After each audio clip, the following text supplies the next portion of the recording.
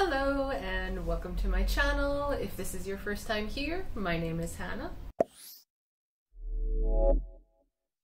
And it is spooky season, finally! We are the end of September, it's fall, everything is gonna be leaves falling, pumpkins and ghosts, and it is my favorite time of the year because I get to wear big, comfy, cozy sweaters and just be nice and cozy vibes. So in the spirit of the season, I thought I would go through the books that kind of give those spooky season vibes for me.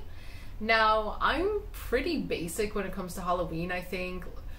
Like, I love the whole haunted house thing. Like, that is the epitome of Halloween, spooky season, the fall, all of that is just a good haunted house. And I'm always on the hunt for a really good haunted house story. None of these are any particular order, but keep in mind that I didn't read for like 13 years. I used to read in high school all the time and then stopped when I hit adulthood. And then I finally picked it up again just this past December. So most of these I've read in just this past year. So my list isn't exactly extensive or anything like that, since it's just based on things I've read since the end of last year. So the first book I would recommend for this season's vibes is The Year of the Witching by Alexis Henderson. Now, I think this is the newest book on this list as it just came out last year, and it is also one of my favorites of this year. This is also supposed to be a series, but there's only the first book out so far. However, it definitely reads as a standalone as well, so if you don't really want to deal with a series, you can definitely just read this first book and stop. So this is a very feminist book. It's all about breaking out of a patriarchal society and getting more rights for the women. As you can tell in the title, it definitely has the witchy vibes. It has to do with dark forests, witches in the forest, witchcraft in the main character's past. So it definitely deals with themes of kind of coming to terms with your heritage and what happened in your past and what your family has done in the past as well. Since this takes place in a very like puritanical type of village, it definitely has like the very like back in the day type of vibes where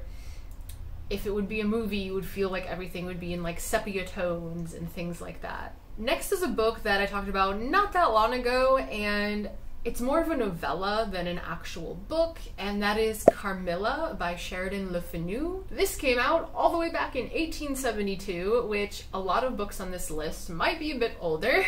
This is the original vampire story, and this is what inspired Dracula to be written 30 years later. So there's just a lot of history around this book, and since it's vampires, obviously Halloween vibes, although planning this list, I actually realized that for me, I think werewolves actually come off as more of like a Halloween creature, where for me, vampires is any time of year.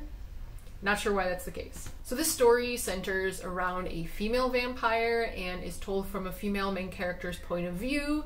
This character is retelling her interaction with Carmilla, and so you get to see like her reactions and thoughts surrounding who Carmilla is and who she turned out to be. This one's fun because you definitely have the gothic setting vibes, like that is 100% and it is amazing, but we also get to see where the little details of vampire lore come from that we still know and love today, and I always love learning lore about things, so I really enjoyed that about this book. Next is probably my favorite book of the year, and that is House of Leaves by Mark Z. Danielewski. This came out back in 2000, and I've pretty much heard about this book since it came out, but I was always just too intimidated by it. However, this year, Books and Lala read it back in March, I think it was, for her Literally Dead book club, and I decided that's my sign, finally got it, dove right in, finished it in a week, and it is an experience. So if you're more into like the weird and kind of magical and you don't really know what's going on, like surrealism part of the season, then I definitely recommend House of Leaves, as you kind of don't really understand what is happening for a good chunk of it, and it's kind of also a story within a story within a story, and you don't know what's true, you don't know what's false, you are just kind of enjoying the ride. And it's also a book that's, I'm just going to show you what I'm talking about because trying to describe it is going to be weird. It is dusty from being on the shelf. Okay, but it is a hefty book, as you can see, but it's also gorgeous. But this is done where the formatting changes a lot, and it is probably one of my favorite parts of the book. Like, for example, one page, it just has like a part of a sentence, and then you just have the footnotes on the next, and where's the one? There's stuff where it'll be like written sideways, or yeah, it's like not even a full sentence, and the spacing is different, and I feel like it really adds to like the tension and the anxiety of the story, and it's so effective, and it's some of my favorite parts. Like, it's just, there's just so much different formatting, and it doesn't take away from the story at all. It definitely adds to it. So this book is like a full body experience in my opinion, and I think it is perfect for October. Next is actually a manga series, and that is Hellsing by Kota Hirano. So this first volume actually came out back in 1998. This is a series that's been around for a while and is pretty well known. There's the manga series by Dark Horse Comics, I believe it is, published by, and then there was an anime, and then they also made Hellsing Ultimate, which is a bit more like into the horror and like R-rated kind of thing, I believe. But this whole manga is hardcore into like the religious horror and vampires. It follows a vampire, well, several of them, really. It follows Vampire Hunter, and the Vampire Hunter is like with the church, he's like a priest, and so there's all the church aspects and everything like that.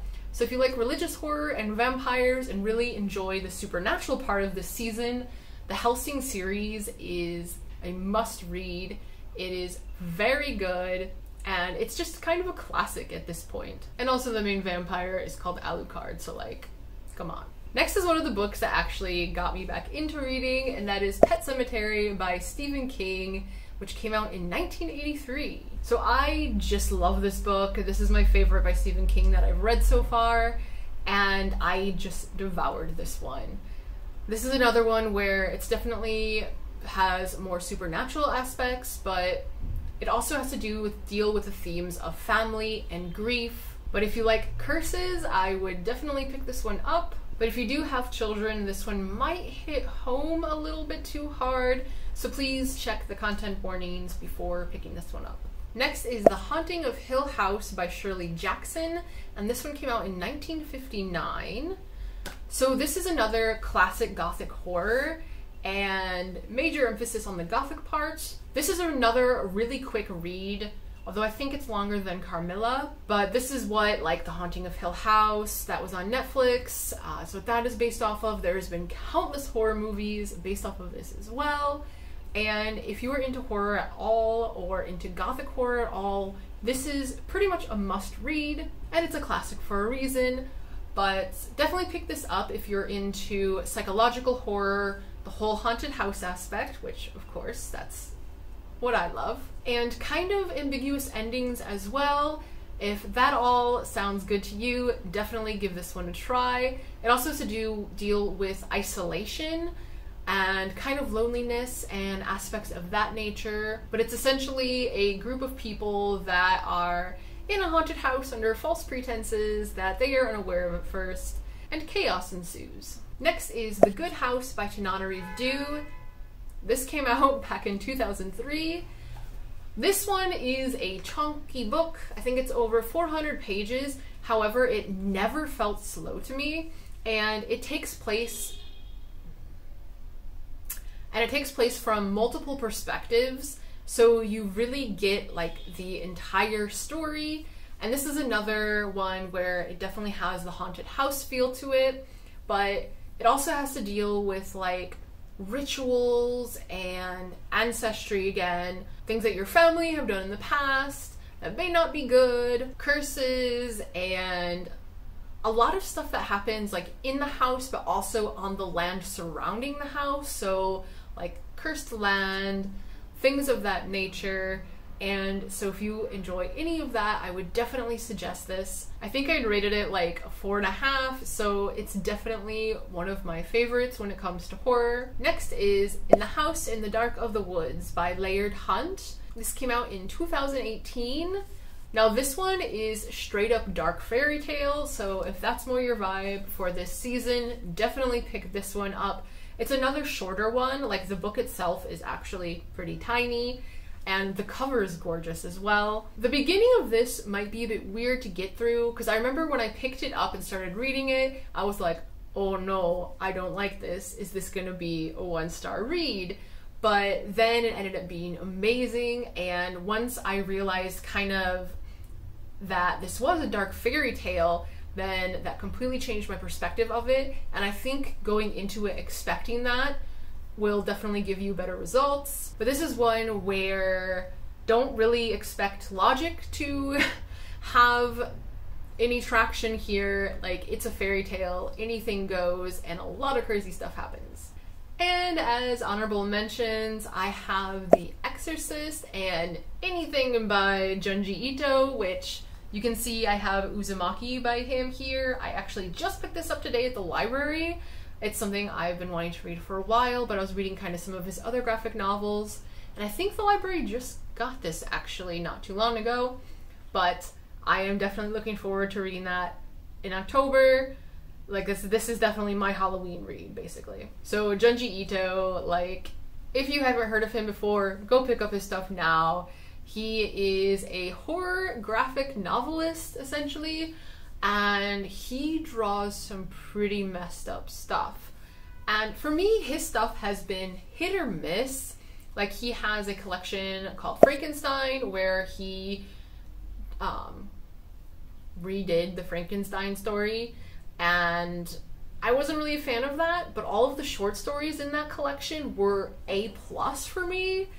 So it just kind of really depends, I guess, but I definitely like his original work better than his retellings. And then obviously The Exorcist is a classic. So I wasn't really going into this like planning on giving like a summary of everything. I just figured I'd give some book suggestions based on how you kind of feel about this time of the year and what you want to read and get out of it. So as always, thank you for hanging out with me, and until next time, bonne journée and au revoir.